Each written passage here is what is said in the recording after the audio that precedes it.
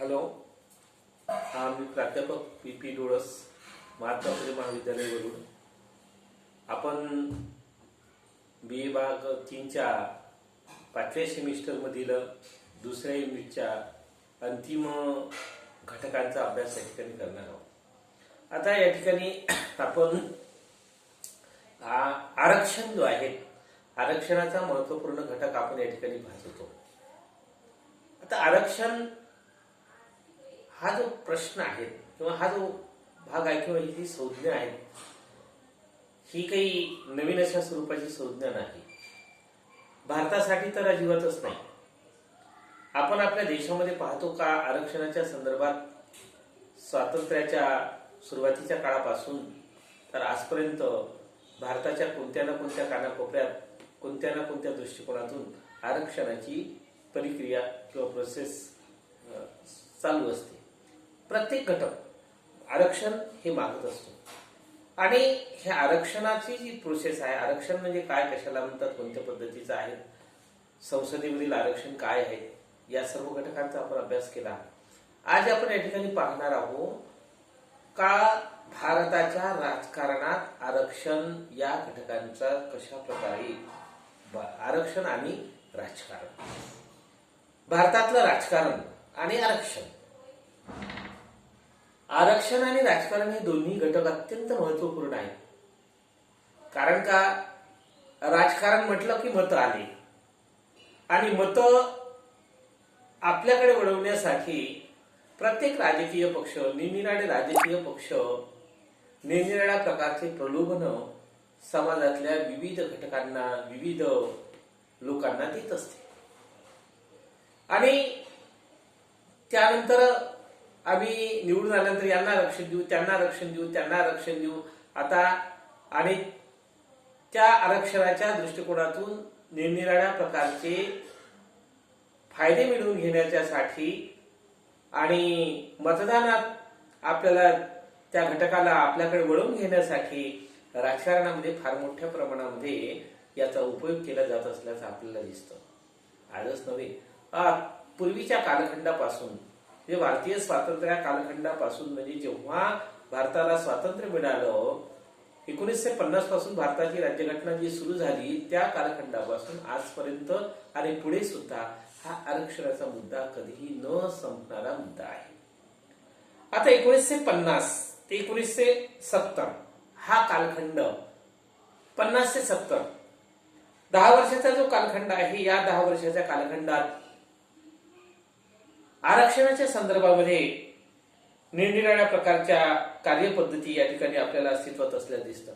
भारतीय राज्यघटनेमध्ये अनुसूचित जाती जमाती, हरिजन, इतर मागासवर्गीय या सर्वांसाठी सर्वसाधारणपणे आरक्षण जी कार्यपद्धती होती त्या सर्वसाधारणपणे 10 वर्षासाठी होती. पहिल्यांदा 10 वर्षासाठी होती, त्याची मुदत वाढून पुन्हा 10 वर्षाच्या कालखंडासाठी करण्यात आली आणि राजकीय पक्षांनी याला सुद्धा बहुमतानं पाठिंबा या ठिकाणी दिला असल्याचं आपल्याला दिसून येते.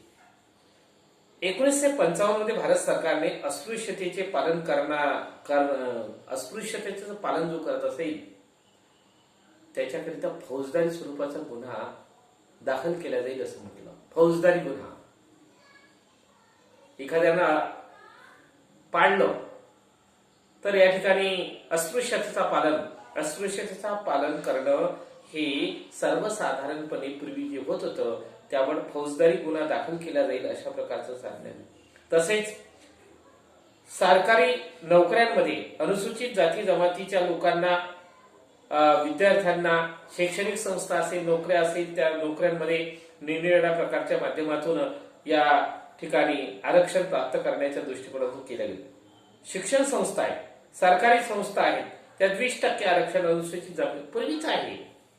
आता जे मी सांगत आहो हे कालखंड आहे पुढे पुढे, नाही तर तुम्ही म्हणून आता हे जे सांगितलेलं आहे तो त्यावेळेच्या कालखंडात, त्यात दुरुस्त्या कशा कशा झाल्या पुढे पुढे आपण त्या पद्धतीने या ठिकाणी पाहू. म्हणजेच या ठिकाणी आरक्षणाच्या कालखंडाच्या दृष्टिकोनातून तशा प्रकारे 55 पर्यंत झालं, 60 पर्यंत झालं. 1960 ते 1970 10 वर्षाचा कालखंड म्हटलं आपण. कारण का 1950 ते 1960 पहिला कालखंड, पहिल्या 10 वर्षासाठी आरक्षण डॉक्टर बाबासाहेब आंबेडकरांनी घटनेमध्ये ज्या उल्लेख केला त्यानुसार 10 वर्षासाठी मुदत होती. परत ही 10 वर्षांनी मुदत वाढवल्या गेली, म्हणजे 60 ते 70. 1960 ते 1970 या दशकात राष्ट्रीय पातळीवर राजकारणामध्ये नवीन राजकारण वरण या ठिकाणी प्राप्त झालं. अनेक प्रकारच्या निरनिराळ्या प्रकारच्या घटना या ठिकाणी घडल्या गेल्या आणि 1962 ते 1965 या कालखंडामध्ये भारत आणि चीन युद्ध झालं. भारत आणि पाकिस्तान युद्ध झालं आणि परंतु काँग्रेस पक्षावर नियंत्रण ठेवण्याच्या प्रश्नावरून इंदिरा गांधी, तत्कालीन पंतप्रधान इंदिरा गांधी यांचे पक्षातील स्थान या ठिकाणी महत्व होत गेलं. आणि त्यानंतर पुढं मोरारजी देसाई, त्याचं थोडंस कमकुवत झालं आणि त्यानंतर मोरारजी देसाई हे या ठिकाणी त्यांच्या पक्षातून फुटून निघाले आणि या सर्व वरिष्ठ गटांनी हेवे दावे करून 1967 मध्ये लोकसभेच्या काँग्रेस पक्षाचे संख्याबळ घटले आणि हिंदी भाषिक घटक राज्यांमध्ये काँग्रेसकडून विरोध पक्षाच्या कार्यकारिणीत होऊ लागला. सत्तांतर झाले. या कालखंडात सत्तांतर थोडक्यात जर सांगायचं झालं तर 1967 ते 1971 या कालखंडात काँग्रेस पक्षाचे राजकीय सत्तेवरील नियंत्रण शिथिल झाले होते. काय म्हटलं मी? 1967 ते 1971 या कालखंडात काँग्रेस पक्षाचे राजकीय सत्तेवरील नियंत्रण शिथिल झाले होते. राजकीय सत्तेवरचं जे नियंत्रण होतं ते शिथिल झाले होते. या कालखंडात जाती आधारावर कनिष्ठ आणि मागासलेल्या अनुसूचित जाती जमातीचे समूह क्रियाशील झाले होते. या कालखंडामध्ये 68 ते 71 या कालखंडात जाती जमाती, अनुसूचित जाती जमाती, मागासलेल्या जाती याचे सर्वसाधारणपणे समूह जे आहेत, गट जे आहेत ते फार मोठ्या प्रमाणात सक्रिय झाले असल्याचे आपल्याला दिसतं. तर या आपण 71च्या कालखंडापर्यंत आता हा 10 वर्षाचा कालखंड. पुन्हा 71 ते 90 या कालखंडात भारतीय राजकारण आणि आरक्षण याच्यामधलं काय आहे? 71 ते 90 हा 20 वर्षाच्या कालखंडात 1971 पासून तर 1990 पर्यंत या 20 वर्षाच्या कालखंडात भारतीय राजकारणात या आरक्षण कशा प्रकारे त्याची डेव्हलपमेंट, त्याची कार्यपद्धती कशी होत गेली याचाही आपल्याला सर्वसाधारणपणे यामध्ये उल्लेख करावा लागतो. आता याच्यामध्ये काय आहे? 1970 ते 90 या कालखंडामध्ये देशातील राजकारणाला नवीन वळण देणारी आणि आरक्षणाबाबतच्या निर्णयाला गती प्राप्त करून देण्यासाठी निरनिराळ्या प्रकारच्या घटना आणि घडामोडी घडल्या. इंदिरा गांधी यांनी व्यापारी बँकांचे राष्ट्रीयकरण केलं. आपण पाहतो का त्या काळामध्ये इंदिरा गांधी यांनी राष्ट्रीय बँकांचे राष्ट्रीयकरण करण्याच्या दृष्टिकोनातून संस्थांचे तनखे बंद केले.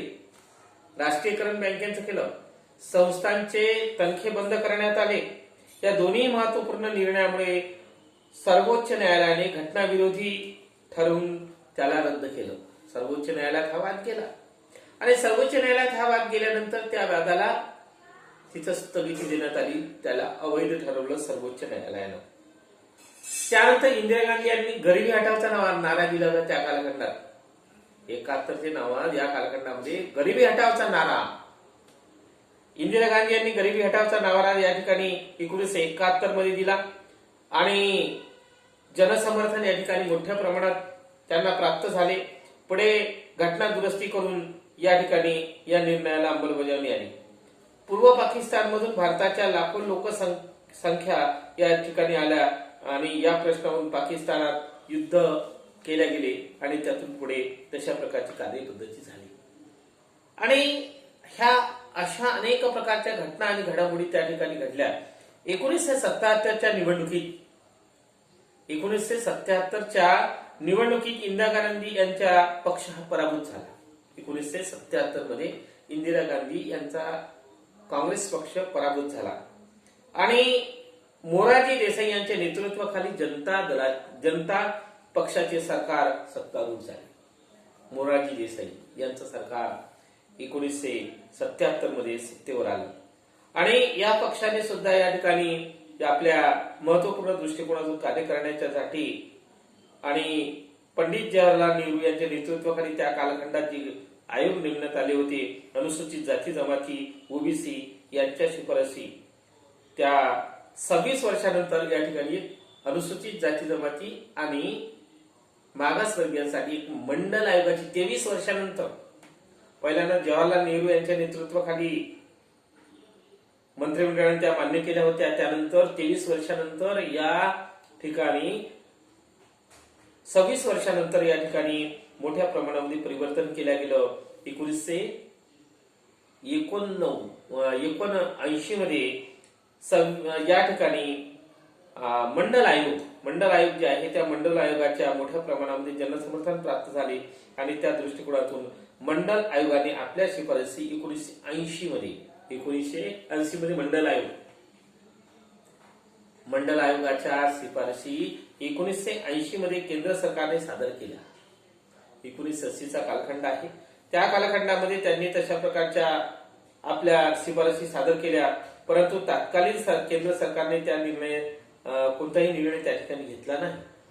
त्यामुळे काय झालं, 1982 मध्ये शैक्षणिक संस्था आणि सरकारी नोकऱ्या, 1982 मध्ये सरकारी नोकऱ्या आणि शैक्षणिक संस्थांमध्ये अनुसूचित जाती जमातीसाठी 15% आरक्षण, अनुसूचित जातीसाठी 7.5% आरक्षण असा निर्णय केंद्र सरकारने घेतला.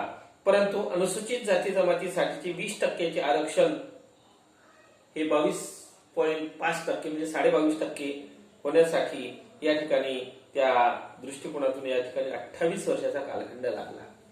आता हे सर्व कालखंड यामध्ये सर्वसाधारणपणे निरनिराळ्या प्रकारच्या आरक्षणाचे जे टप्पे आहेत, आरक्षणाच्या ज्या कार्यपद्धती आहेत, त्याच्यामध्ये ज्या निरनिराळ्या तरतुदी, निरनिराळ्या जाती ह्या वेगवेगळ्या कालखंडामध्ये वेगवेगळ्या प्रकारच्या राजकारणी लोकांना जशा जशा आपापल्या सोयीच्या वाटते तशा त्यामध्ये परिवर्तन केलं असल्याचं आपल्याला दिसून येते.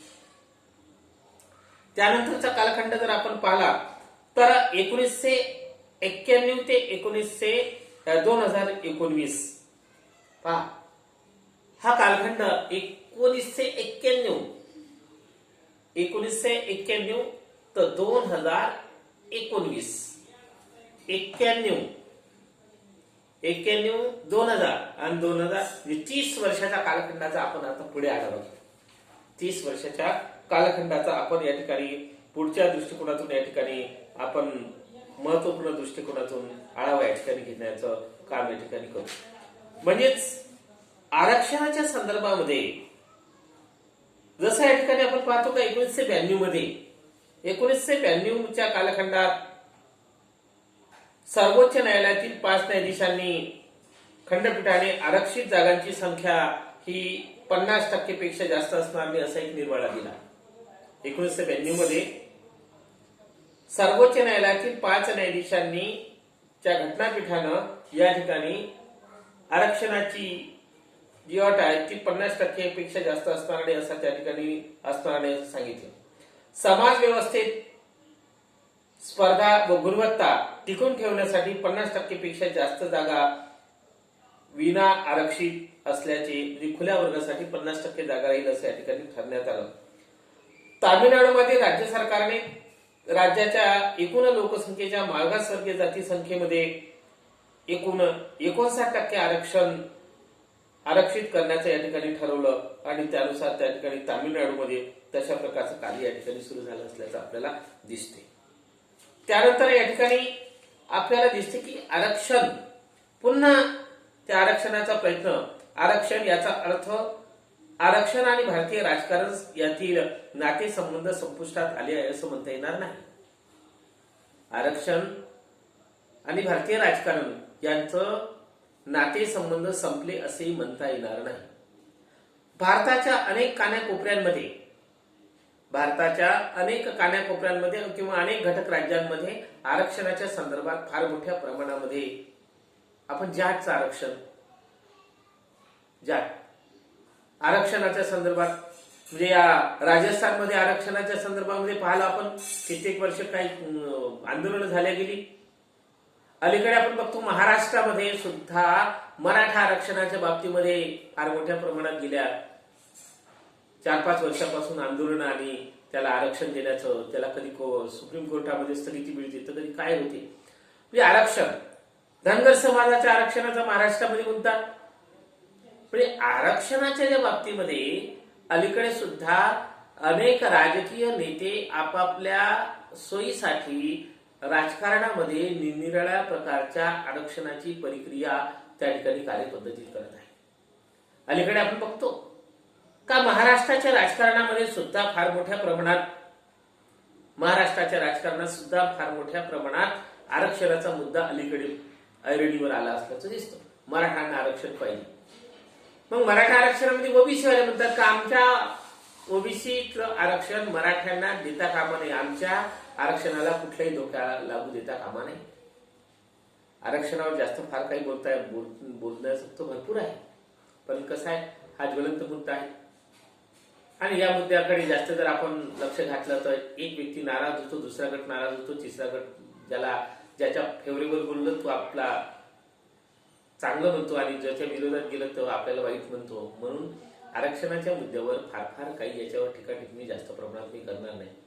महाराष्ट्रामध्ये अलीकडे जे सुरू आहे, महाराष्ट्रामध्ये आरक्षणाच्या बाबतीत हे सर्व काही सुरू जे आहे महाराष्ट्रातच आहे असं नाही म्हणता येणार. आपल्याला संपूर्ण भारताच्या कोणत्या ना कोणत्या घटक राज्यामध्ये कधी ना कधी या सर्व गोष्टी सुरूच राहतात. आता आरक्षणाचं जे काय आहे 1992 नंतरच्या कालखंडात आरक्षणाच्या संदर्भात ज्या महत्वपूर्ण घटना घडल्या, कोणत्या घटना घडल्या आरक्षणाच्या संदर्भात 1992 नंतर ज्या घटना आणि घडामोडी घडल्या त्याचे आपण त्याकडे थोडासा दृष्टिक्षेप आपण या ठिकाणी टाकू. आता यामध्ये 1995 पर्यंत म्हणजे आरक्षणामध्ये शासकीय नोकऱ्यांमध्ये बढतीच्या जागांबाबत आरक्षणाची तरतूद असणारा विधिनियम सर्वोच्च न्यायालयात अवैध ठरवण्यात आला होता, रद्द ठरवण्यात आला. म्हणजे नोकऱ्या ज्या आहे, नोकऱ्यांमध्ये बढती जी आहे, आरक्षणाच्या आधारावर नोकऱ्यांमध्ये बढती देण्यात येईल, हा जो मुद्दा आहे तो संविधानाच्या विरोधी आहे असं ठरवून तो रद्द करण्यात आला होता. 1995 पर्यंत हा विधिनियमाची अंमलबजावणी करण्याची सूट केंद्र सरकारला दिली होती आणि त्यानंतर 1995 मध्ये 77वी घटना दुरुस्ती झाली आणि त्या विधेयकाचा समावेश संविधानातील 16व्या परिशिष्टामध्ये कलमामध्ये करण्यात आला असं या ठिकाणी म्हटलं जाते. आरक्षणाचे लाभार्थी निश्चित करण्यासाठी आधारभूत घटक आणि भारतीय राजकारण. आरक्षणाचे लाभार्थी काय म्हटलं मी, हेडिंग आहे आरक्षणाचे लाभार्थी निश्चित करण्यासंबंधीचे आधारभूत घटक. आरक्षणाचे लाभार्थी निश्चित करण्यासंबंधीचे आधारभूत घटक आणि भारतातील राजकारण. कोणकोणते घटक आहेत आधारभूत घटक आणि भारतात राजकारण कशा पद्धतीने या ठिकाणी चालते तेही सुद्धा या ठिकाणी पहा. पहिली गोष्ट या ठिकाणी लिंग म्हणजे लोकसभा आणि राज्य विधिमंडळामध्ये महिलांच्यासाठी आरक्षण असणारी घटना दुरुस्ती विधेयक या ठिकाणी 9 मार्च 2010 रोजी राज्यसभेत 186 विरुद्ध एकमताने मंजूर झाले. परंतु हे विधेयक लोकसभेने मात्र फेटाळून लावले. पहा कसं झालं, राज्यसभेने मंजूर केलं, लोकसभेने फेटाळलं गेलं आणि या विधेयकाला आजपर्यंत सुद्धा महिला आरक्षणाला विधेयकाला मंजुरी प्राप्त झाली नाही. घटक राज्यातील विधानसभांमध्ये महिलांसाठी आरक्षणाची तरतूद होऊ शकली नाही. घटक राज्यामध्ये होऊ शकली नाही, विधानसभेत आणि लोकसभेत सुद्धा होऊ शकली नाही. दुसरा महत्वाचा घटक आहे धर्म. भारतीय संविधानामध्ये धर्मनिरपेक्षतेचे तत्व स्वीकारलेले आहे आणि धर्मनिरपेक्षतेचे तत्व जे स्वीकारलेलं आहे, या धर्मनिरपेक्षतेचं तत्व स्वीकारलेलं आहे त्या तत्वानुसार आरक्षण देणं हे धर्मनिरपेक्ष तत्वाच्या आदर्श मूल्यांच्या विरोधी ठरते. आंध्र प्रदेश सरकारने 2004 मध्ये मुस्लिम धर्मियांसाठी समुदायासाठी 4% आरक्षण केलं. आंध्र प्रदेशमध्ये 2004 मध्ये मुस्लिम धर्मियांसाठी 4% आरक्षणाची मुद्दा या ठिकाणी मांडला आणि विधेयक मंजूर केले. परंतु काय झालं, आंध्र प्रदेश सरकारनं केलं 2004 मध्ये मुस्लिमांसाठी 4% आरक्षण. पण काय झालं का त्या 4% आरक्षणाला सर्वोच्च न्यायालयानं रद्द ठरवलं आणि या ठिकाणी केंद्र सरकारने ओबीसीच्या यादीमध्ये मुस्लिम समाजाचा काही जातींचा समावेश केला होता. मुस्लिम समाजातल्या ज्या काही जाती आहेत त्यांचा मागासवर्गीय ओबीसी, इतर मागासवर्गीय ओबीसी या गटामध्ये समाविष्ट करण्यात आला. या तरतुदीमुळे ओबीसी प्रवर्गातील या यादीमध्ये समाविष्ट करणाऱ्या मुस्लिम धर्मियांना जातीच्या आरक्षणाचे लाभ मिळू शकतात. म्हणून त्या ठिकाणी सांगितलं, म्हणून तो त्या आंध्र प्रदेश मधला तो कायदा आर्थिक मागासलेपणा. आता या ठिकाणी काय, खुल्या वर्गातील आर्थिकदृष्ट्या मागासलेल्या स्थिती असणाऱ्या दुर्बल घटकातील आरक्षणाचे लाभ देण्यात यावे. यासाठी असणारी खरी गरज जी आहे सामाजिक न्याय तत्वाशी सुसंगत आहे अशी मागणी विविध राजकीय पक्ष व नेते यांच्यातर्फे करण्यात आली. विशेष म्हणजे आरडीजे, बीएसपी, एससीपी, डावे अशा सर्व घटकांना या ठिकाणी केली. आणि 2019 मध्ये 124वी घटना दुरुस्ती झाली. 2024 मध्ये 124वी घटना दुरुस्ती झाली आणि त्यामध्ये खुल्या प्रवर्गातील आर्थिकदृष्ट्या मागासलेल्या घटकांसाठी 10% आरक्षित जागा करण्यात आल्या. 10% आरक्षित जागा खुल्या प्रवर्गातील आर्थिकदृष्ट्या मागासलेल्यांसाठी 10% आरक्षण देण्यात आले. कुटुंबाचे उत्पन्न 8 लाख रुपयाच्या आत असावे ही अट या प्रकरणाच्या आरक्षणाचे लाभ प्राप्त होण्यासाठी करण्यात आली. आरक्षणाची ही तरतूद घटना संविधानाच्या विरोधी ठरविण्यात आली अशी मागणी करणाऱ्यांनी काही याचिका सर्वोच्च न्यायालयात दाखल केल्या आणि परंतु त्या सर्वोच्च न्यायालयात या याचिकांचा कुठेही त्याचा पुढे त्या सुनावणीसाठी सर्वोच्च न्यायालयाच्या पीठासमोर करण्यात आली आणि त्याची या ठिकाणी झाली. आता नॉन क्रिमिनल आलं, क्रिमिनल आणि नॉन क्रिमिनल. आपण पाहतो मागासवर्गीय जाती जमातीतल्या लोकांसाठी क्रिमिनल आणि नॉन क्रिमिनल. क्रिमिनल ही संज्ञा सर्वप्रथम 1975 मध्ये केरळ सरकार विरुद्ध एन. थॉमस या खटल्याच्या निकालात न्यायाधीशांनी वापरली. 1975 मध्ये केरळ सरकार विरुद्ध एन. थॉमस यांच्या खटल्याच्या निकालपत्रात न्यायाधीशांनी ही संज्ञा वापरली. काय म्हटलं गेलं तेव्हा, आरक्षणाचे लाभ त्यामधील सदन सुखद वर्ग म्हणजेच क्रिमिलियर आपल्या पदरात पाडून घेतात अथवा सुखद वस्तू सदन वर्ग आपल्या आरक्षणाचे लाभ लुटतच आहे. त्यामुळे खऱ्या अर्थानं गरजूंना आरक्षणाचे लाभ मिळत नाही असे क्रिमिलियर या संज्ञेच्या अर्थाने स्पष्ट करण्यात आले. क्रिमिलियर या अर्थाने स्पष्ट करण्यात आले आणि या संज्ञेच्या अर्थाचे स्पष्ट करण्यासाठी न्यायाधीशांनी आपल्या निकालपत्रात नमूद केलं आणि ओबीसी मधील आरक्षणाचे लाभ केवळ क्रिमिनल वर्गाने लुटू नये आणि यासाठी क्रिमी वर्ग ठरविण्यासाठी नियम निश्चित करून देण्याचे आदेश न्यायालयाने सरकारला दिले. उदाहरणार्थ कुटुंबाचे उत्पन्न 4.5 लाखापेक्षा जास्त असेल तर त्या कुटुंबाची गणना क्रिमिलियर मध्ये केली जावी आणि ओबीसी आरक्षणा जागापैकी निम्म्या जागा त्यांच्यासाठी राखीव करण्यात याव्या आणि 50% जागा क्रिमिलियरसाठी अशी आरक्षणाची न्यायपूर्ण पद्धती निर्माण करण्यात येते. तेवढेच नव्हे तर क्रिमिनल हे तत्व अनुसूचित जाती जमातीच्या आरक्षित जागांमध्ये सुद्धा उपयोगात आणावे असा आग्रह काही अभ्यासकांनी केलेला आहे. तर या ठिकाणी आपल्याला दिसते की सर्वसाधारणपणे या महत्वपूर्ण अशा प्रकारच्या घटकांचा आपण अध्ययन या ठिकाणी केलं. आरक्षणाचा मुद्दा कशा प्रकारचा आहे, कोणत्या पद्धतीचा आहे, कोणत्या दृष्टिकोनातून आहे, तर त्याची सुद्धा या ठिकाणी आपण चर्चा केली. आरक्षणाचा हा मुद्दा या ठिकाणी आपण थोडक्यामध्ये संपवलेला आहे. थँक्यू.